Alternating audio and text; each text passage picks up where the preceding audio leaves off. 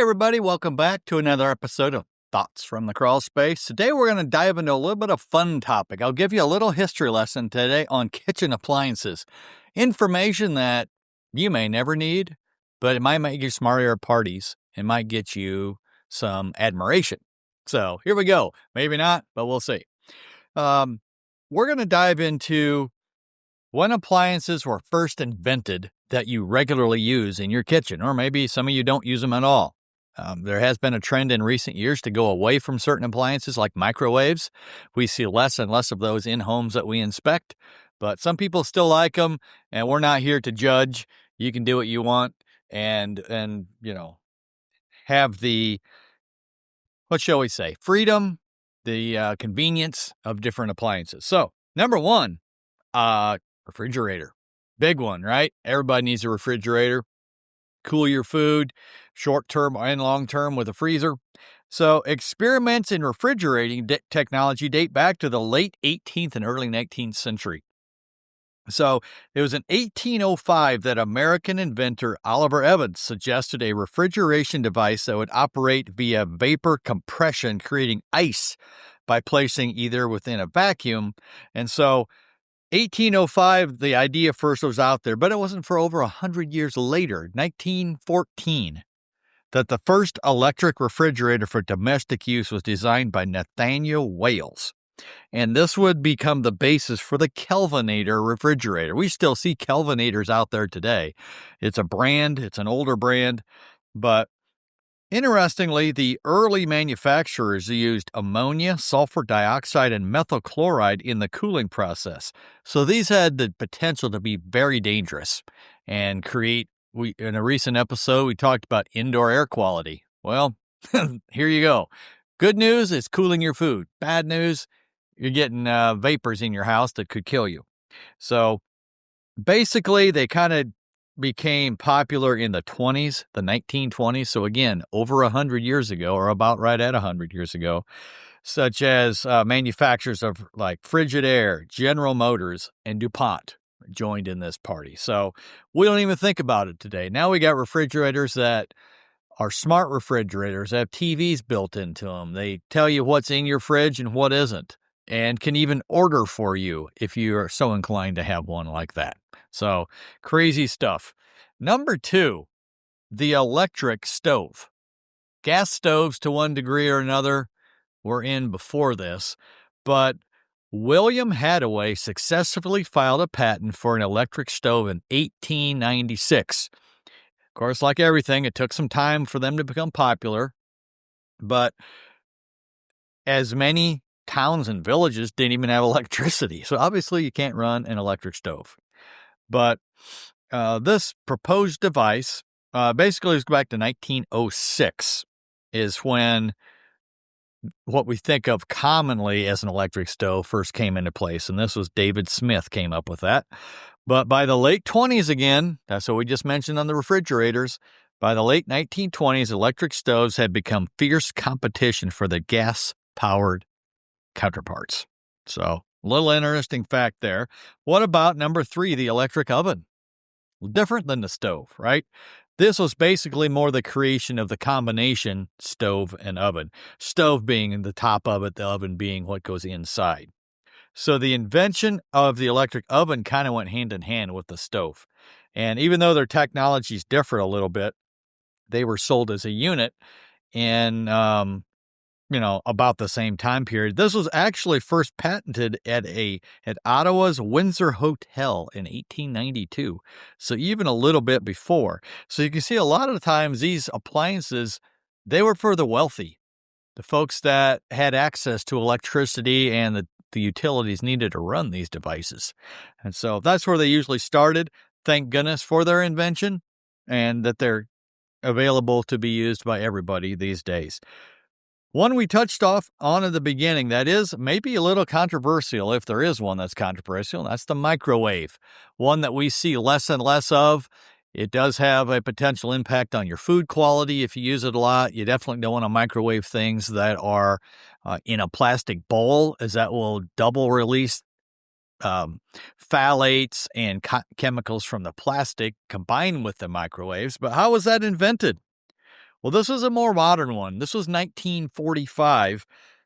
Dr. Perry Spencer noticed that the chocolate bar in his pocket, which, who wouldn't want that, melted when he was researching active combat radar. Well, you put a chocolate bar in your pocket, it's going to melt anyhow.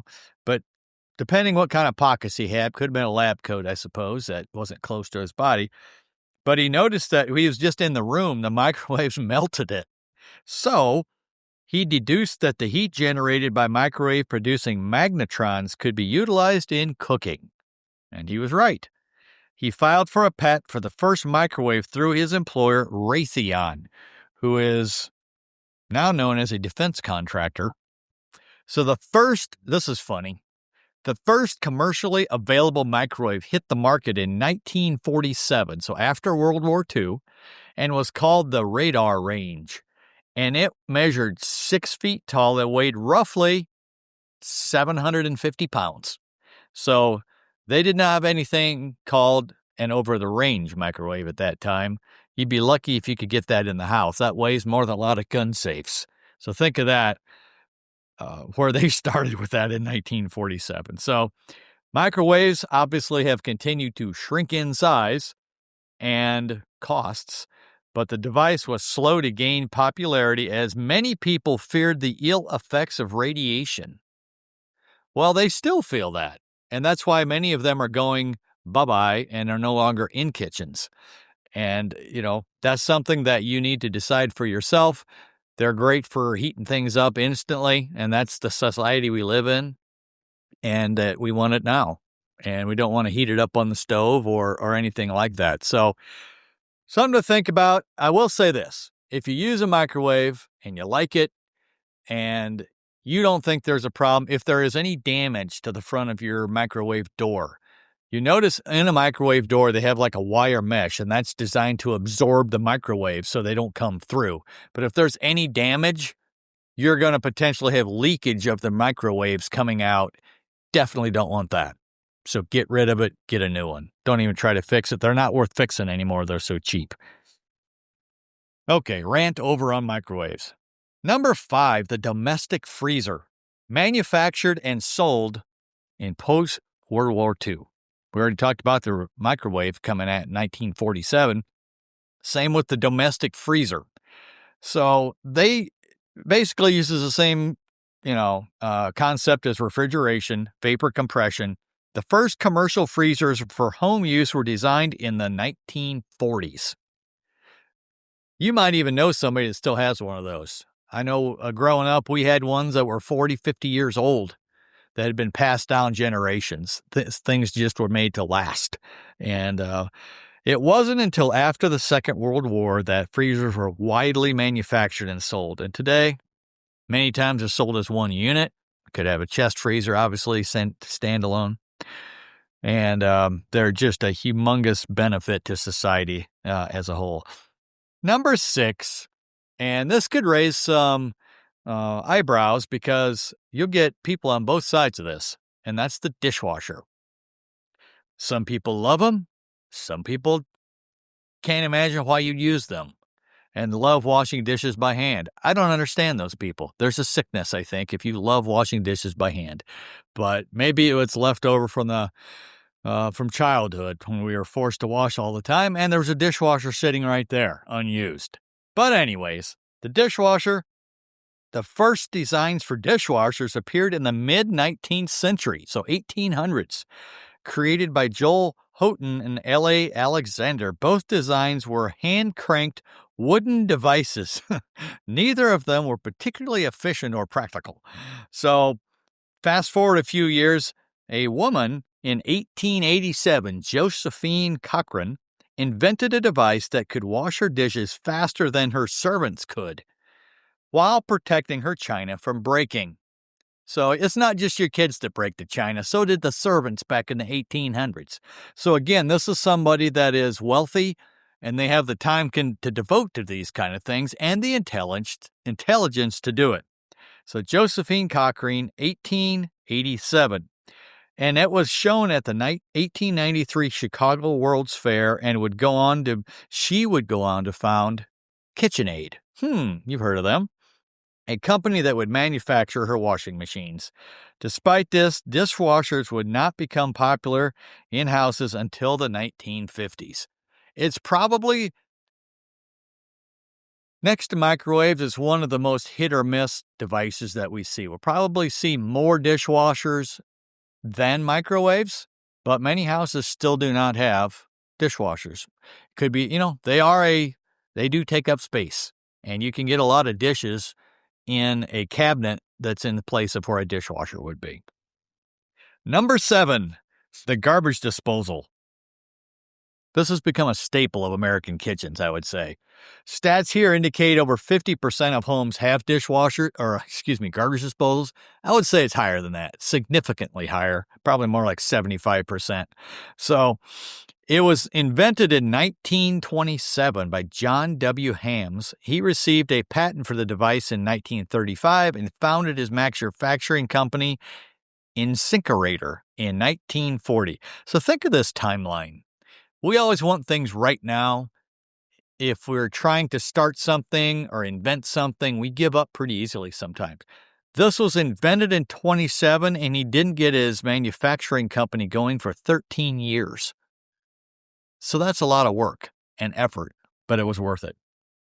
The idea behind the garbage disposal was simple. Food scraps were inefficiently disposed of, and something needed to change. They would use to burn them, which was inefficient. So he wanted to liquidize the waste and put it down sewer systems. Now, there were initially strict prohibitions on the release of food waste into the sewage system, and Hams was an instrumental force in renegotiating these prohibitions with local governments. Well, of course, he's going to make a lot of money if people can use garbage disposals. So there are restrictions and recommendations today on should you use a garbage disposal with a septic system, because you're introducing maybe more into the system than it can break down efficiently.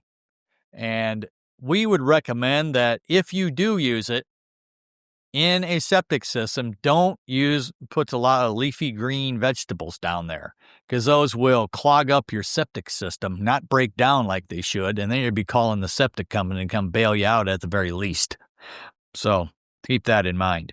Number 8, and this is a portable idea, the blender. From mixed drinks to medicines, right? We can make everything. How many people live on smoothies? Well, when was this invented? The first blender was invented to aid in the creation of milkshakes and malts. That sounds good, right? Well, instead of stirring them or shaking them by hand, let's get a machine to do it. In 1922, Stephen Poplawski invented a container fitted with a spinning blade connected to a motor. Imagine that. And competing designs, including the Waring blender, created in 1937, and it would be a vital piece of medical equipment, and even went into creation of medical supplies and vaccines. Number 9, the electric kettle. So think of heating up water.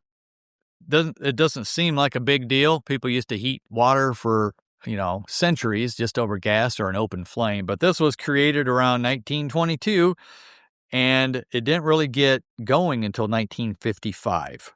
So electric heating kettle. Same with electric mixers. Number 10. These are some of the things maybe you don't use as often. You just use once in a while. But the first patents for electric egg beaters, whisks, and mixers appeared in the 1850s. It wasn't until 1908 that Herbert Johnson invented the first electric stand mixer. And so, obviously, it's great for baking, for cooking. It eliminates a lot of the hand mixing and so forth. Number 11, couple more here. The pressure cooker. How many of those have pressure cookers out there? Great for canning, speeding up the cooking process. The history of the pressure cooker actually dates back to 1679 when French physicist Denis Papin invented the steam digester. And it was an airtight container that utilized steam pressure to speed up the cooking time of food. Fast forward about 250 years, in 1924, the first recipe book for pressure cookers was published. So They came in the early 1920s. You notice a lot of these appliances, early 1920s. So, number 12, the toaster. I'm sure every one of you have had a toaster at some point in your life, and it basically is making breakfast simple since 1926, because that's when they were first invented. They were used initially in restaurants, the pop-up toaster. It was designed for restaurant use, actually, but in 1926, it was released to the public under the name Toastmaster. So it didn't really take off until the 30s when pre-sliced bread finally came on the shelf, because who needs a toaster without pre-sliced bread, right? Because you can slice your own. But again, early 1920s. So a common theme here with a lot of these appliances. And then one that almost everybody uses in one form or another these days, the coffee maker. Any guesses on when that was invented? Well, a coffee maker, the earliest origins of making coffee is thought to have been in a coffee percolator around 1818. So that's over 200 years ago. But the first drip release coffee maker resembling modern day machines was designed by Melita Bentz in 1908. So about 117 odd years. Bentz created the first coffee filters from blotting paper, creating a method of making coffee that's still used in coffee machines today. So basically the filters. All right. So just some information today to let you know that you live in absolutely the most easiest and technically efficient generation in history. All these folks that invented these things, they came from generations that didn't have modern conveniences. So we have all these modern conveniences. We can wash dishes without even thinking about it. Obviously, you got to put them in the machine and take them out, but you don't spend the time actually hand washing them. Same with the oven, the microwave, and any of the other appliances we talked about, all purported to make life easier. But is it? What do we lose? Why are we busier than we've ever been if we have the conveniences to make things go quicker? Think about that. Don't want to get on a rant about that either, but just wanted to provide you a little framework, a little history lesson. The last 100 years have been amazing technologically in this country and worldwide, and we wonder where it's going. But thanks for listening and watching. Please share this episode if you know somebody that might enjoy it, and we'll talk to you next time.